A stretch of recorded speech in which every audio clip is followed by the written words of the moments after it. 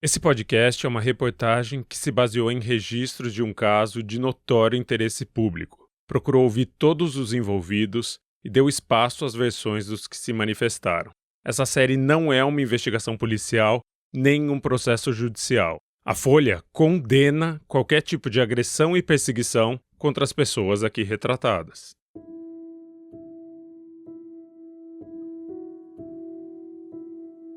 Eu tô na Praça Vila Boim numa madrugada do fim de maio. A produtora Beatriz Trevisan tá comigo. Cada um tá sentado em um banco de madeira, os dois de frente para uma muda de árvore.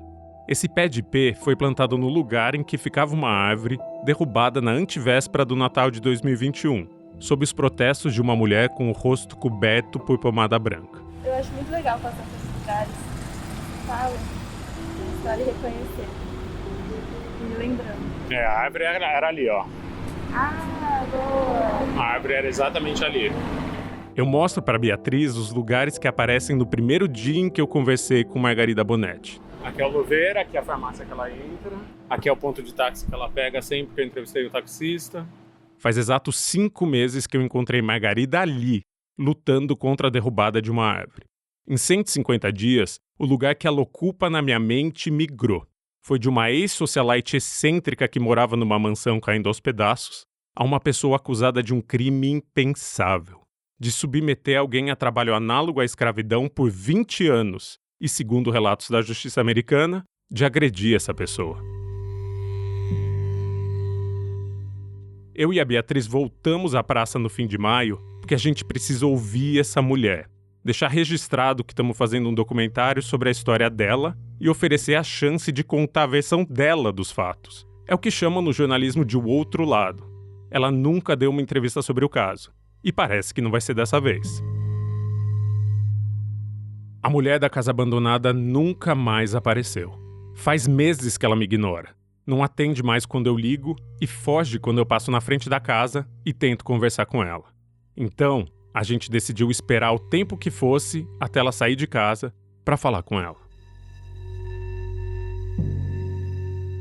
Esse episódio tem o apoio de O Telefone Preto, o novo filme de terror sobrenatural da Universal, em 21 de julho, somente nos cinemas.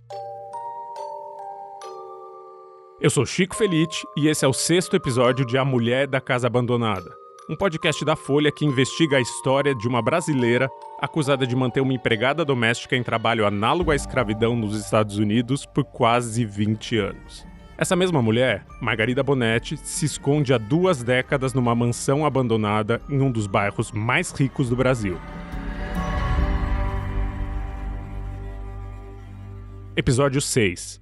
Um fim que não é bem um fim.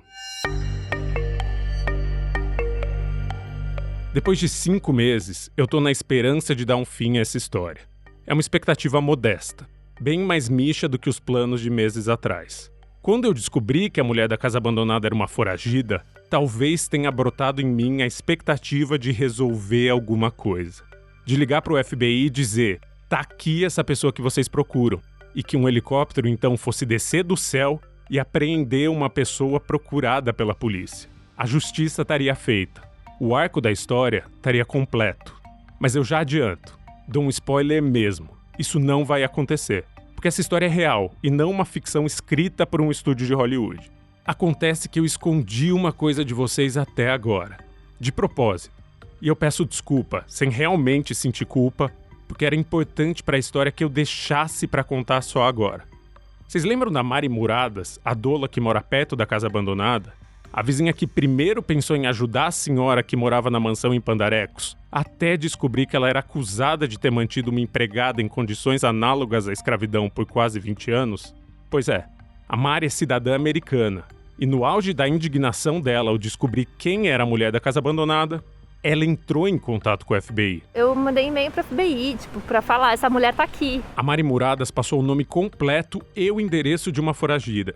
Isso faz mais de 2 anos. E por mais que a gente não saiba o que a Polícia Federal Americana fez com essa informação, a gente sabe de outra coisa. O que ela não fez. A Margarida não foi presa. Ela continua num exílio autoimposto na casa abandonada. Ela não foi julgada pelos crimes. Ela continua livre para ralhar com os funcionários da Prefeitura de São Paulo que estão podando uma árvore na antevéspera do Natal. É uma mulher que sai pouco por escolha, não porque teve a liberdade revogada pela lei.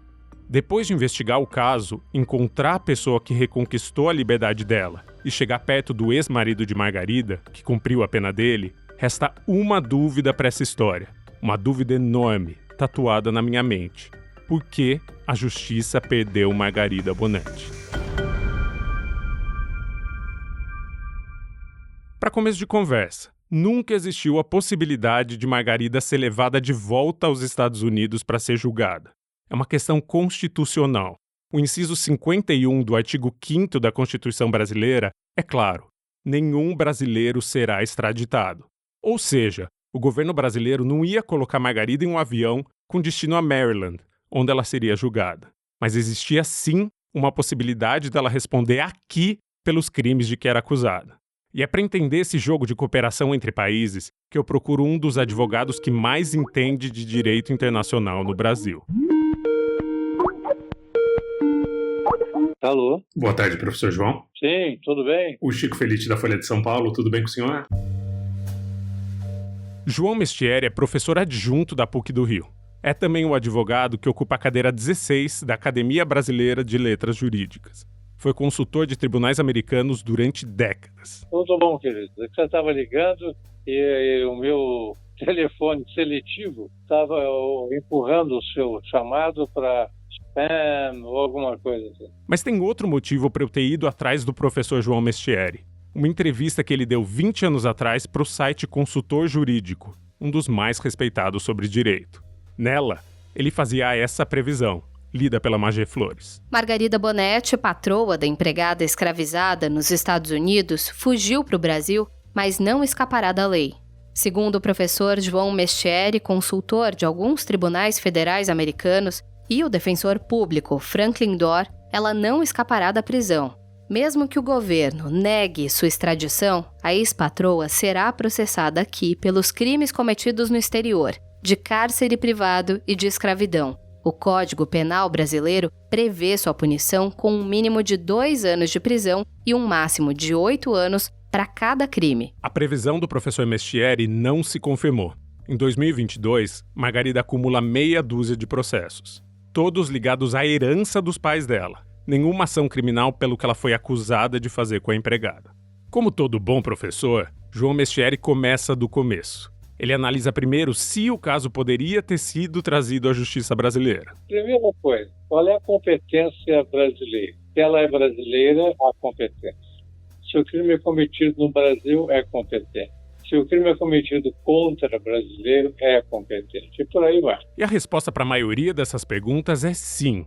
Ela é cidadã brasileira e o suposto crime foi cometido contra outra cidadã brasileira. Isso facilitava a transferência do caso para a justiça brasileira. Se uma das duas fosse americana, por exemplo, já seria mais complicado. É crime no Brasil também ou não? No caso, poderia ser um ato selvagem, um ato absurdo, um ato imoral, imoralíssimo, mas não ser crime. Outro sim aqui. O que Margarida fez é crime, segundo a lei brasileira. O artigo 149 do Código Penal diz: reduzir alguém à condição análoga de escravo, quer submetendo-o a trabalhos forçados ou a jornada exaustiva, quer sujeitando-o a condições degradantes de trabalho, quer restringindo, por qualquer meio, sua locomoção em razão de dívida contraída com o empregador ou preposto. Como a escravidão não é mais oficial, você tem um crime, reduzir alguém à condição análoga, parecida. E ela estava submetida pela prova, né? Esse promotor conseguiu fazer a essa situação. Foi interrogada e tal, como sempre, e ela expôs com simplicidade peculiar, mas ela admitiu e descreveu todos os pontos essenciais desse crime. Tá. Então Margarida poderia ter sido julgada aqui pelos crimes de que era acusada nos Estados Unidos, que também eram crimes no Brasil. Além disso, o advogado afirma que havia um corpo de provas que podia compor um caso. Então, com tudo isso, era só a promotoria americana ter mandado uma carta rogatória para o Ministério da Justiça, em Brasília, pedindo que a justiça brasileira abraçasse o caso. Porque geralmente, pela lei, seria isso, né? A justiça americana pediria a colaboração do governo brasileiro e o governo brasileiro colaboraria, né? É verdade verdadeira. Simples assim. Uma carta rogatória é um documento de 2, no máximo 3 páginas. Mas algo aconteceu no meio do caminho, porque Margarida não foi processada por esses crimes. Então, a gente tem 2 possibilidades. A primeira é, a promotoria do Estado americano não mandou essa carta. E a segunda é, o judiciário brasileiro não respondeu com ações a esse pedido. Agora, sem a cooperação de Brasília, é impossível adivinhar o que aconteceu. E Brasília não cooperou.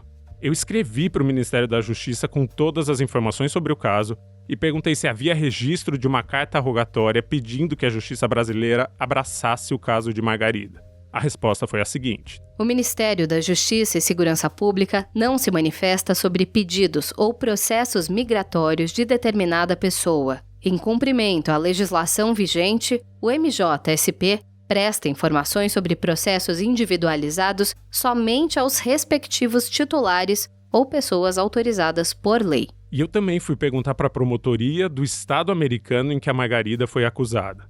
Também não tive resposta. Ou seja, não dá para dizer se os Estados Unidos não pediram ajuda da Justiça brasileira ou se foi a Justiça brasileira que ouviu o pedido e não agiu. O professor resume o que a gente sabe sobre esse caso. Sabe-se que ela não sofreu nada. Ela veio para o Brasil e se livrou disso. Bom, por que ela se livrou disso? Eu gostaria muito de saber, mas parece que a gente vai enguiçar nessa dúvida. Quem foi que não agiu? A Justiça americana ou a Justiça brasileira? É um beco sem saída, porque essa informação não é pública. Essa história de colaboração jurídica internacional pode parecer uma operação complicada demais para ser colocada em prática. Eu sei, pode parecer o tipo de coisa que só existe no papel, mas acontece com alguma frequência. E há casos de brasileiros que foram julgados aqui por crimes que cometeram do outro lado do mundo. Um dos mais notáveis parece ter saído de um romance policial. Em 2001, 2 brasileiros foram recrutados em São Paulo pela Yakuza, a maior máfia do Japão, para matar um comerciante em Tóquio. Um homem que não estava pagando a taxa de proteção da Yakuza. A máfia escolheu os assassinos brasileiros por pensar que eles não seriam presos. Os 2 viajaram, entraram na casa do homem e dispararam contra ele e a esposa. Ela sobreviveu. Ele, não. Os 2 brasileiros então fugiram. Conseguiram cruzar o mundo e voltar para casa, onde pensavam que estavam fora do alcance da lei. Cada um recebeu pelo crime 3 milhões de ienes, o que na época valia R$71 mil. A justiça japonesa emitiu uma dessas cartas rogatórias, um pedido de cooperação, e o caso foi trazido para a justiça brasileira. A polícia daqui abriu uma investigação e eles foram presos. Tudo bem que só foram encontrados em 2011, 10 anos depois do crime, mas foram. E o julgamento levou mais 5 anos para acontecer. Rolou em 2016. E eles foram responsabilizados por um crime que tinham cometido do outro lado do mundo 15 anos antes. Foram condenados os 2 brasileiros que mataram um comerciante japonês a mando da temida máfia Yakuza, aliás. Máfia Yakuza, perigosíssima.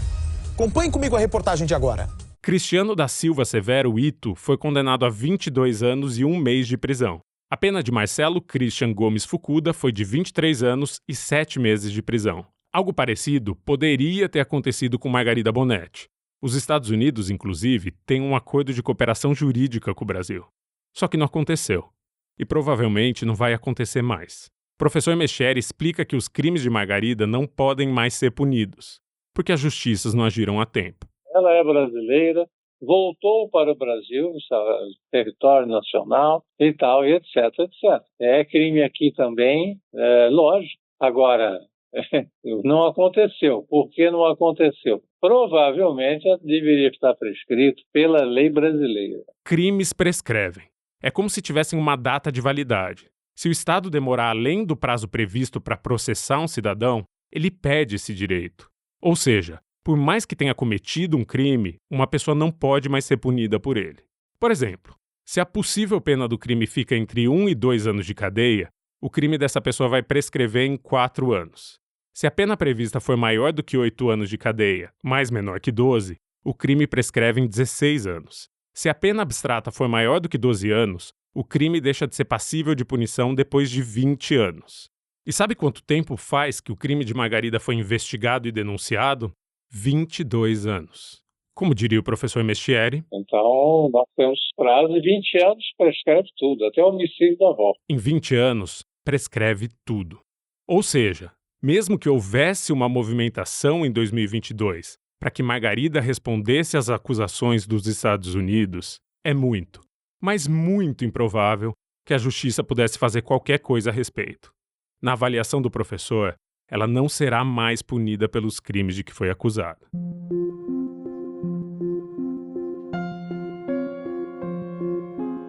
Tá, eu entendo a sua frustração.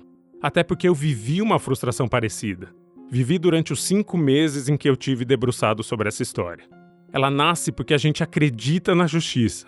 Se uma pessoa cometeu um crime, ela vai ser julgada por ele. Se for considerada culpada, vai ter que cumprir uma pena, que pode ser uma multa ou tempo de reclusão. Mas nesse caso, houve denúncia de crimes.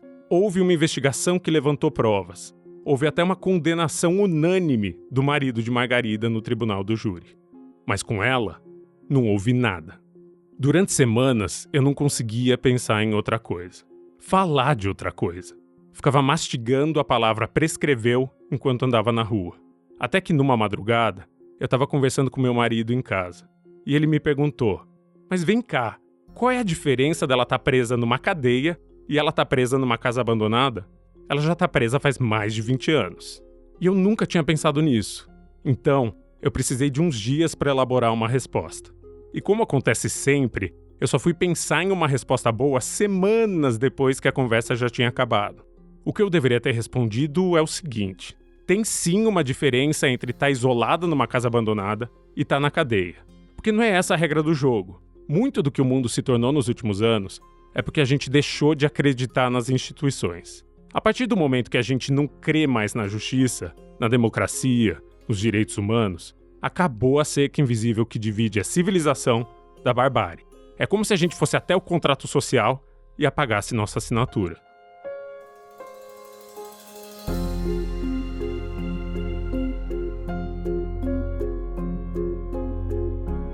Agora a gente sai do mundo das ideias e volta para o mundo real.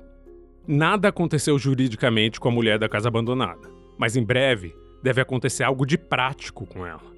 É provável que num futuro próximo a mulher não more mais na casa abandonada, mas o motivo não tem nada a ver com a lei. Lá no segundo episódio, eu tinha dito que a herança da família do pai dela, um médico muito rico, era um verdadeiro ninho de mafagafos, né? Tá na hora da gente entrar nesse ninho.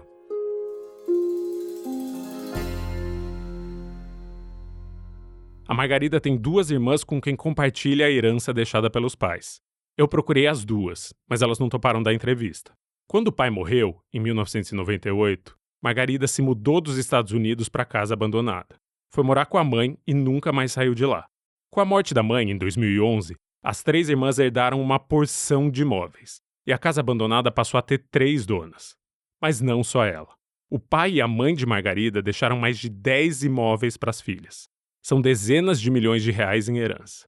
Uma herança a que elas não tiveram acesso ainda, porque as 3 nunca conseguiram se entender, até que a justiça intercedeu. Tendo em vista o elevado grau de litigiosidade que se verifica no feito, a necessidade de finalização do processo que foi distribuído em 3 de dezembro de 1998, bem como a correta administração de bens do espólio, nomeio inventariante da ativa. Em 2009, a juíza decidiu colocar uma curadora da ativa para cuidar do espólio dos pais de Margarida.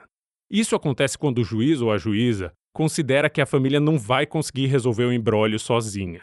É como se fosse uma intervenção do Estado, que diz: eu vou contratar uma profissional para fazer isso, porque se depender de vocês, a coisa não anda.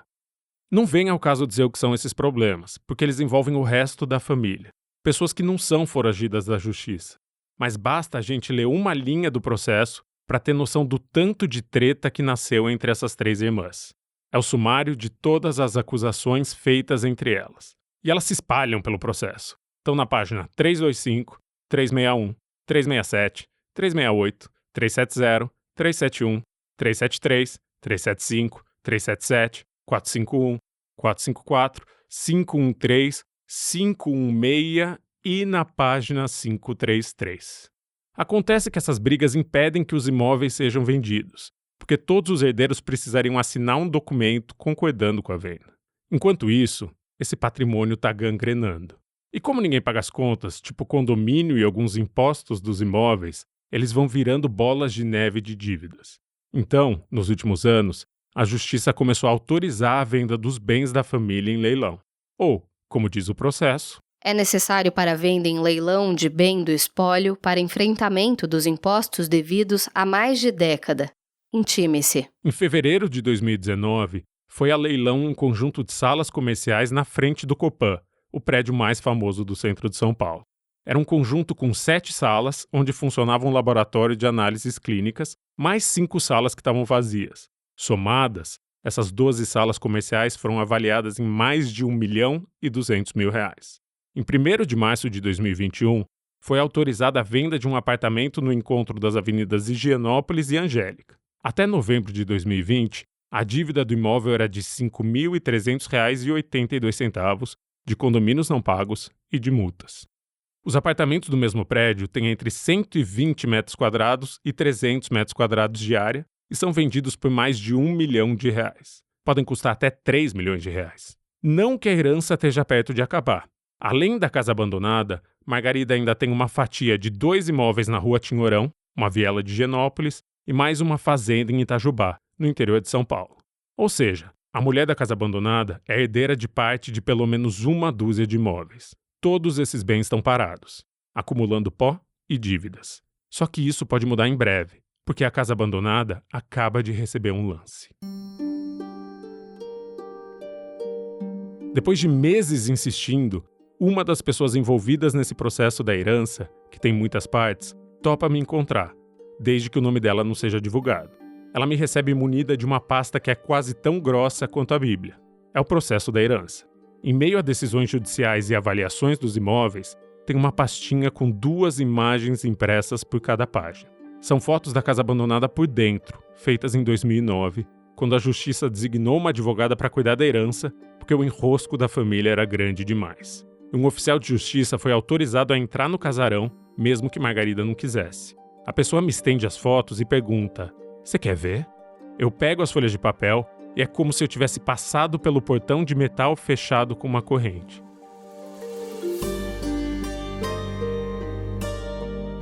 Em 5 meses de investigação, eu não conseguia entrar na casa abandonada.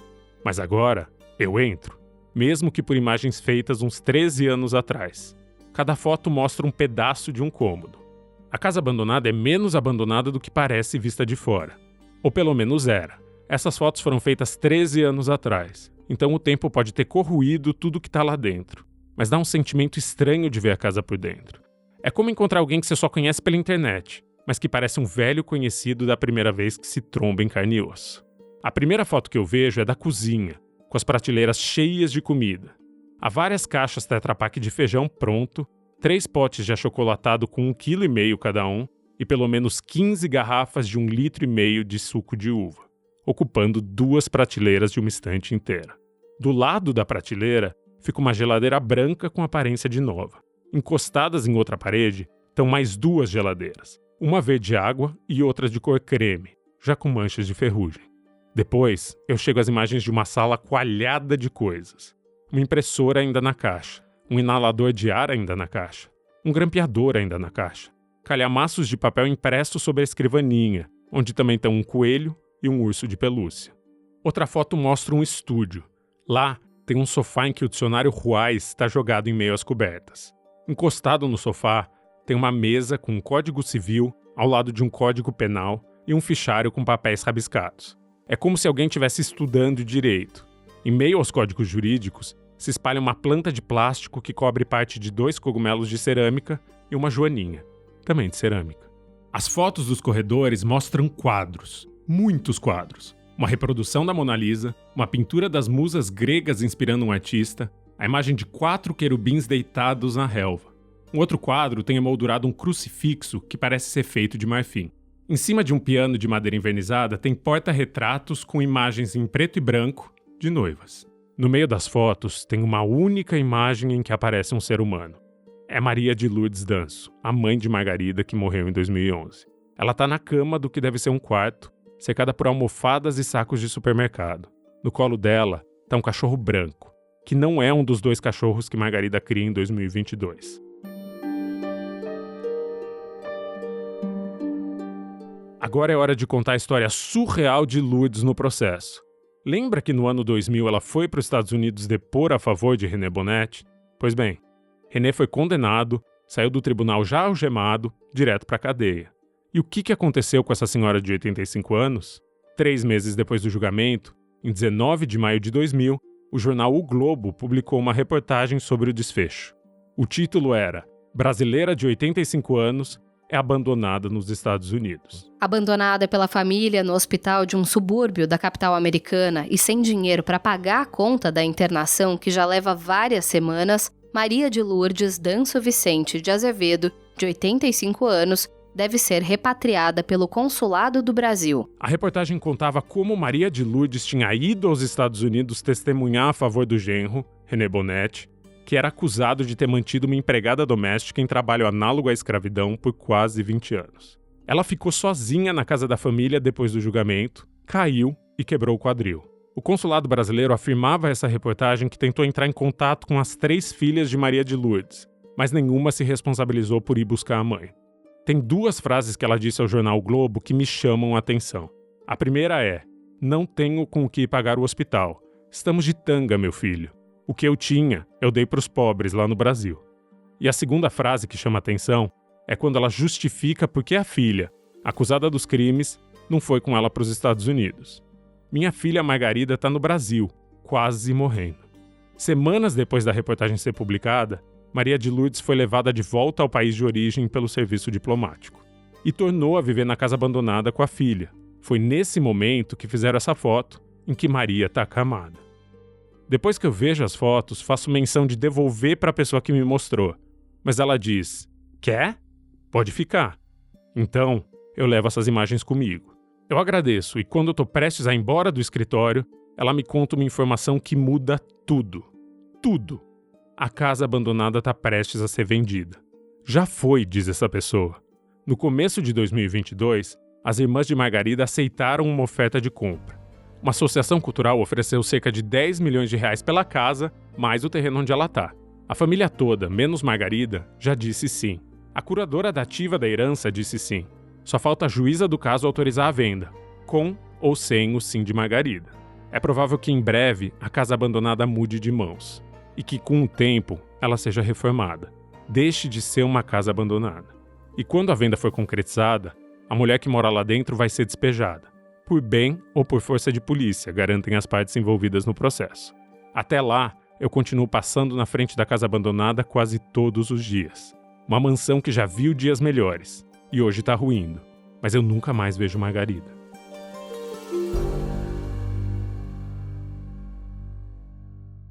A gente volta depois desse intervalo comercial. O filme O Telefone Preto conta a história de um garoto sequestrado e preso por um serial killer. No cativeiro, ele encontra um telefone antigo e consegue falar com as vítimas anteriores, que tentam o salvar. O Telefone Preto, 21 de julho nos cinemas. Verifique a classificação indicativa. É fim de tarde de sexta-feira, dia 27 de maio. Mas eu tô longe de sextar. Tô andando pela rua da casa abandonada com a Beatriz Trevisan, produtora desse podcast. A gente tá lá para fazer plantão em frente da casa abandonada até que Margarida apareça. Faz semanas que eu tento falar com ela, mas nunca mais a vi. As janelas estão sempre fechadas. Eu desconfio que ela tenha ficado sabendo que eu tô fazendo uma reportagem sobre a história dela e por isso tenha ficado ainda mais reclusa. Então, a tática é vencer pelo cansaço. Uma hora ela vai ter que sair para alimentar os cachorros, que ficam do lado de fora, ou para ir ao mercado, ou para tentar impedir que uma árvore seja derrubada. Eu e a Beatriz nos sentamos num banco, a metros da entrada da casa, e a gente passa horas parado, esperando. Plantados na frente da árvore que foi plantada, onde ficava o pé de pé podado na antevéspera do Natal. Ah, mas é que nem aquela da Marina Senna também, adoro ela. Mas eu não aguentava. Por supuesto? É. Eu amo. O tédio deixa a gente em banho-maria. A gente precisa ficar atento o suficiente para caso ela apareça, então nem olhar pro celular a gente pode muito. Pois é, daí eu tô falando com o Bonfá entre ir e não ir, assim, que ele mora ali, ele mora na Santa Ifigênia, na rua. Ele falou, vem aqui, deixa seu celular em casa e a gente vai a pé, porque é na Praça das Artes, o Getúlio Abelha. A gente passa horas olhando pra casa abandonada e jogando conversa fora com amigos por áudio de WhatsApp. Eu não sei se eu tô muito frívola ou adormecida. parecida ou ingênua, mas eu não entrei nessa pegada. Não sei se é porque eu moro aqui, tipo, é aqui embaixo, sabe, que vai ser o palco. E o centro só vai ter os 2 palcos que vai ter no centro. Até que a fome bate. Será que eu vou lá ver a pizza? Você grita qualquer coisa? Ou me manda mensagem. Eu atravesso a praça para pegar uma pizza. Oi, eu consigo pedir pra levar? Sim, Tem essa promoção de R$50? vem. O que é? Calabresa, margarita, frango e requeijão e mussarela. Já era. Eu volto com a pizza. A gente come. E espera. E olha para casa. E espera. Mas ela não sai mais da casa.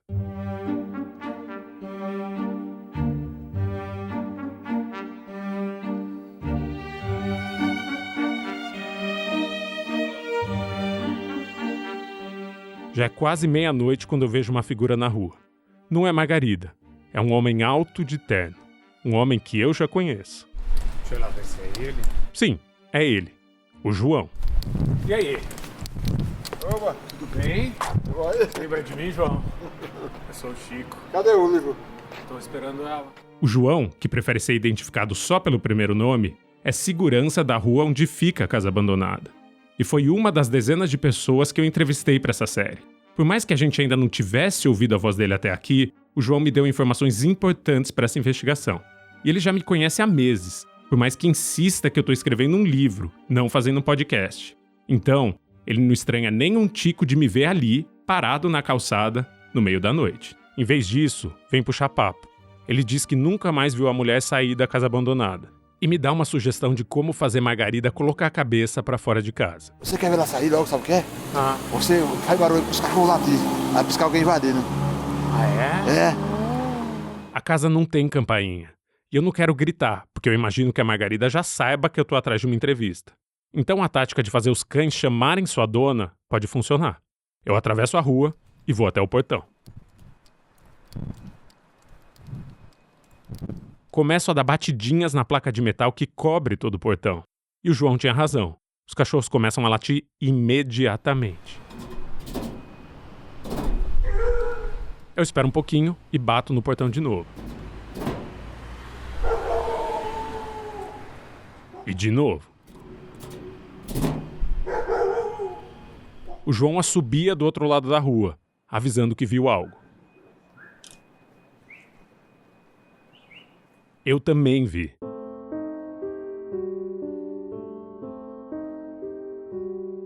O vidro da porta virou um filme do Hitchcock, porque apareceu o vulto de uma pessoa olhando de frente para a rua.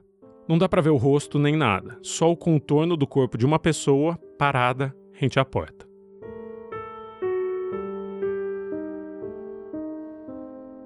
Só mora uma pessoa lá dentro, então é a Margarida que tá ali.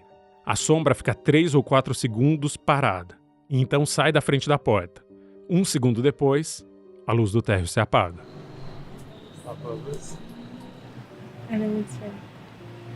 Vambora. A casa fica em silêncio, e no breu total.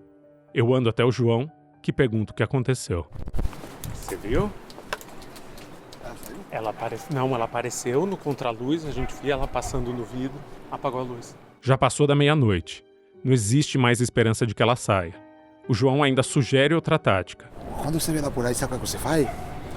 Você fala assim, que ela é doida por planta, sabe? Você fala assim, moça, passa a atenção dela, sabe? Moça, eu queria saber como é o nome dessa planta aqui. Mas eu não tenho mais energia para tentar de novo. É quase 1 da manhã quando a gente desiste de falar com a mulher da casa abandonada.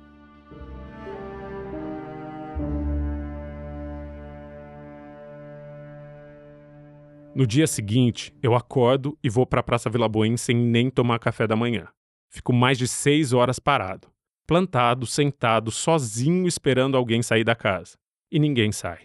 Eu me dou conta que essa tática pode levar semanas ou meses até funcionar. Na noite anterior, João me disse que nunca mais viu Margarida na rua. O único sinal de vida da casa abandonada nos últimos meses foi uma entrega de supermercado. Ou seja, minhas chances são ralas. E eu apelo para a política da boa vizinhança. Escrevo para uma pessoa que Margarida conhece melhor do que eu e que ela talvez atenda. A Mari Moradas chega na praça depois do almoço. Tudo bem? E aí, nenhum sinal? Nenhum sinal. Ela topa fazer um experimento. Como Margarida parece estar fugindo de mim, a Mari vai até o portão da casa abandonada tentar conversar com a mulher que mora lá dentro. Por mais que as duas tenham tido confrontos, elas não são inimigas. A Margarida ainda fala com a Mari quando as duas se cruzam. Ainda mais se a Dola estiver passeando com a cachorra, Banana. Caso Margarida saia, eu apareço e digo pra ela que estou fazendo uma reportagem sobre a história dela e peço uma entrevista. No caminho até a casa, a gente passa pelo edifício Joia e o zelador Francisco está no portão. Ele é o Francisco que se considera amigo da Margarida e que apareceu no segundo episódio. E ao contrário de mim, ele tem visto a vizinha com frequência. Os abacates estão caindo direto, então ela mudou de canto, ela fica até 7 horas, às vezes tudo escuro. Aí eu recolhi o lixo, ela tá lá, só o clarão do computador, né? Porque do fundo do prédio, ele vê a mulher no quintal da casa abandonada. Diz que ela se senta em frente ao computador e lá passa horas. Mas que ela parou de trafegar na parte da frente do imóvel, na parte que dá pra rua. Ela se escondeu nos fundos da casa. Tá frio, ela fica com o computador ali atrás, cobre suas pernas, toca e fica até 7 horas. 6, 7 horas, toda coberta com o computador. Francisco diz que vai me mandar uma mensagem de WhatsApp caso veja a Margarida de novo. E Mari Moradas e eu seguimos até o portão da casa. A Mari fica de pé na frente da porta. Eu saio do campo de visão. Ela bate palmas. Ela bate no portão. Os cachorros acordam e vêm para perto da rua. Mas não acontece nada. Mari Moradas então chama a Margarida pelo pseudônimo que ela adotou desde que fugiu dos Estados Unidos para o Brasil. Mari? Nada. A não ser a raiva cada vez maior dos cachorros. Eu desisto de me esconder. Levanto com o peito contra o portão e começo a chamar também. Ô, dona Mari! Só o silêncio responde. Depois de meia hora, a gente desiste. Mas eu fico ali o resto da tarde, sozinho. Quando o sol tá se pondo, uma mulher me vê parado no meio da calçada e pergunta se eu tô bem, se eu tô perdido. Eu digo que não, que eu tô só esperando uma conhecida. E eu desisto de novo. Mais um dia que eu passei inteiro na frente da casa abandonada e que não rendeu em nada. Nem uma sombra do outro lado da sala. O sol mal nasceu no domingo, dia 29 de maio, e eu já tô na rua. Vou passar mais um dia de plantão na porta da casa abandonada. Mas antes, eu me permito um luxo minúsculo. Levo o jornal até a padaria e me sento para tomar um café enquanto eu leio. São 7 e pouco da manhã quando meu telefone toca. A tela mostra que é Mari Moradas do outro lado da linha. Eu atendo e ela não diz alô. Ela só diz uma palavra. Corre. E eu corro. Saio sem pagar minha conta e deixo o jornal para trás.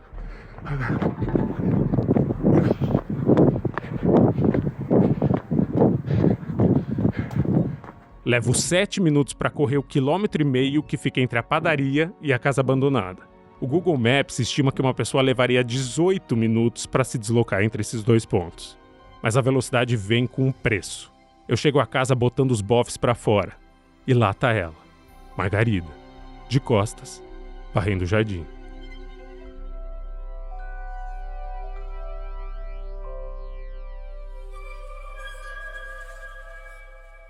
E eu chamo, com o fiapo de fôlego que me resta.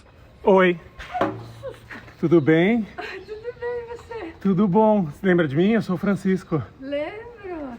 Você tá bom, Francisco? Tô, e a senhora? Eu tô bem, obrigada. Que bom. Ela se vira. O rosto tá coberto pela pasta branca. Precisava falar com a senhora. Oi? Eu precisava falar com a senhora. Fala. Senhora... É rápido, porque eu tô correndo aqui que eu tenho que fazer um monte de coisa. Tá. Ela deu 2 passos em direção à entrada da casa. Eu tenho medo que ela vá fechar a porta na minha cara, como fez das últimas vezes que a vi. A senhora topa me dar uma entrevista? Pra o quê? Porque eu sei que a senhora é a Margarida Bonetti, eu fui para os Estados Unidos, eu encontrei o Renê, eu encontrei a... Eu tô fazendo para a Folha de São Paulo uma reportagem sobre seu caso. Que horror. É. Esse é um caso horroroso. É um caso horroroso. Eu só consigo repetir. É um caso horroroso. Mas pelo menos ela admitiu que sabe do que eu tô falando. Admitiu que é Margarida Bonetti, e não Mari, como se apresenta para os vizinhos. Que são de... Tá. Eles podem até prescrever, exato, eles podem até ter prescrito como prescreveram. Mas mesmo que fosse coisa. A arte dele é uma coisa. Agora eu quero fazer outra coisa. Já prescreveu. Então para que ressuscitar esse assunto? Eu tento explicar para ela que esse assunto nunca morreu, que ela nunca respondeu à justiça, nem foi confrontada com as acusações, que ela só se escondeu. E um crime não morre de velho. Por isso, não seria ressuscitar um assunto, seria resgatar um assunto. Mas eu ainda estou exausto dos dias passados em vão na frente da casa e esgotado da corrida até ali. Bom, é isso. Calma. Você tá meio, assim, ansioso, né, com esse negócio todo, agitado, sei lá. Não, acho que Então fica tranquilo, vamos com calma. Estamos tranquilos. Eu tô ansioso e agitado. Faz semanas que eu tô tentando falar com Margarida. E ela tá ali, calma, ouvindo que uma pessoa investigou a vida dela. Os crimes que foi acusada de cometer. E ela continua calma quando responde. Só que não é realmente um crime. Inventaram essa história. Esse é que é o problema. Então, ela parece se lembrar de algo. Foi você que ligou agora cedo? Foi. E era por quê? Para tentar falar com a senhora, porque eu já tô tentando ligar há muito tempo. Eu vim aqui, Quanto que é bati... esse muito tempo? 3 semanas. Sim, eu tinha ligado pra Margarida cedinho. Faz 3 semanas que eu tentava falar com ela em horários diferentes. Já tinha ligado do meu celular, do celular do meu marido e do celular da minha mãe. Mas ela nunca atendeu, nem respondia aos recados. Mas agora ela tá ali, sabe que eu vou fazer uma reportagem e tem de dar uma resposta. É isso que eu queria ouvir da senhora, a sua versão. A senhora pode falar que é uma armação. Tá. Deixa eu explicar pra você. Mas ela não explica nada. Em vez disso, ela faz uma pergunta. Questiona se quando a gente conversou na antevéspera do Natal, eu já estava interessado no passado oculto dela. Deixa eu te fazer uma pergunta. Quando eu te conheci, você me pareceu uma pessoa muito bacana sobre o assunto da árvore. Ela respira fundo e levanta a mão. Dá a impressão de que vai falar. Margarida nunca deu uma entrevista sobre o caso. A TV Globo tentou falar com ela. A Veja tentou falar com ela. A própria Folha tentou falar com ela. Deus, ajude a gente aqui, meu Deus, porque isso aqui é um nojo. Mas em vez de começar a me contar a versão dela, Margarida pede um favor. Eu quero te pedir, eu até posso conversar com você sobre essa coisa toda. Né? Tá. Ela quer se preparar para a entrevista. Se preparar fisicamente, eu quero dizer. E aí, o que eu quero te perguntar é o seguinte, como tá incomodando muito, que já faz um tempinho que eu comi coisa doce e tudo, você pode esperar só um minutinho pra escovar o dente e voltar pra falar com você? Tô aqui. Por gentileza. Tô aqui. Qualquer coisa, tô na praça, tá? Não, fica aqui. Ela fecha a porta. Eu espero por 1 hora e ela não volta. Esperando na frente da casa faz quase 1 hora que ela entrou, dizendo que ia escovar os dentes. Eu vou embora da casa abandonada. É o fim. Ou melhor, é um fim, por mais que não seja o fim que eu esperava. Essa mulher tem direito de negar uma entrevista, de fugir de mim. Eu pelo menos consegui chegar até ela e oferecer a oportunidade de dar a versão dela da história. E ela não quis. Eu volto para casa pensando em como terminar essa série, que foi prevista para ter 6 episódios. E a seguinte frase me vem à mente. Essa é a história de uma mulher que se esconde numa casa abandonada em um dos bairros mais ricos do Brasil. E que esconde o passado atrás de uma camada de pomada branca no rosto. E também de um nome que não é o dela. Uma história que nunca tinha sido contada, mas que agora existe. Não que isso vá mudar alguma coisa, mas pelo menos a história existe. E a frase quase me satisfaz. Como esse final quase me satisfaz. Mas, de novo, a realidade não é um filme de Hollywood. Então, eu sento para escrever o último episódio do podcast.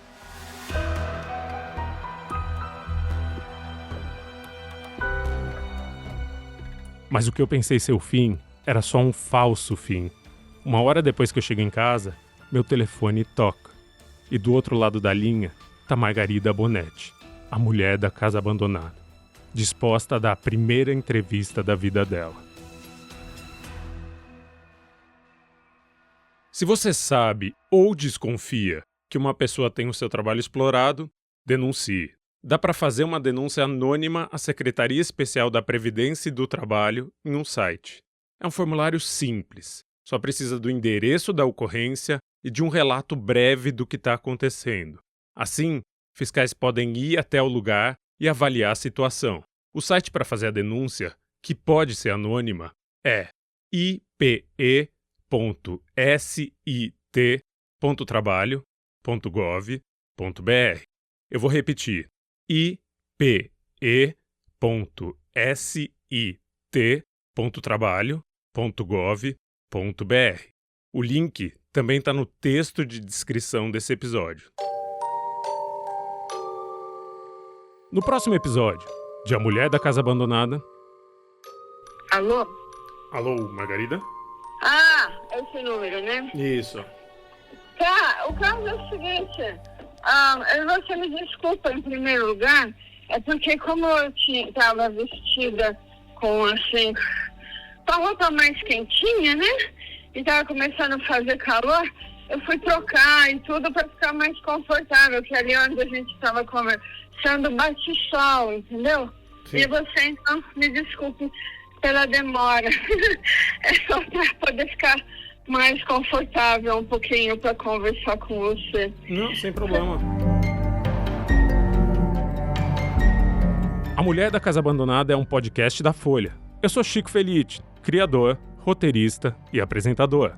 A produção desse episódio é de Beatriz Trevisan, que também me acompanhou nas tentativas de entrevista com Margarida Bonetti. A edição de som é de Luan Alencar.